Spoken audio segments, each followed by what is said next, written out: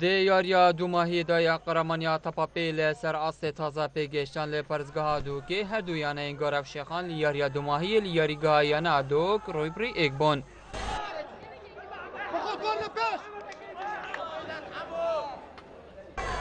ده انجام دایانه گارشیا به گولا که به مرانبر سرکتنه لسر یانه شیخان تو مربگد.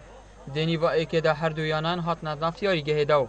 جب اتومارکن آگولانو به دز و اینان سرکفتنه و به تایبت یانه گاره. شیا تارا ده کی کنترل لسر یاری بکد. او یانه شیخان یاری لسر هیرشن هفدش کرو. دینی و ایک ده هر دو یانه نشان گولا تو مربگن. و دینی و دوی ده آسته تیما گاره باشتر لحاتو شیان چندین جاران خونیزی که گولا یانه شیخان بکن. تا خلق هشتوسه یاری کری یانه اگار احمد غازی گل بویانه خود تو مارکرو به وی انجامی یاری بدومای هات به سرکفتنا یانه اگاره یاری کرین هر دو یانه انجی به وی شوی به حاصل وی یاری کرد.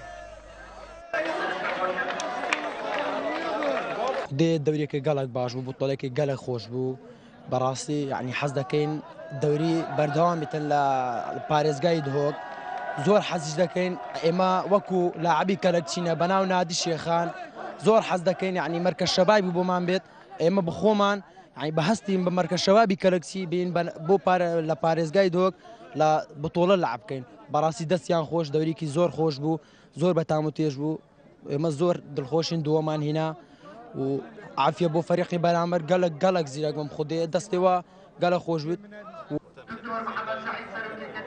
ده زانین افقارمانی لسر سپارزگاه دو که هات انجام دان و ده تیمان پشکداری تدا کر بو او دیاریا دو ماهی دا یانه اگاره هات خلات کرن به نصناف قارمانیه جدهو که بو بادینان ساد هات سامی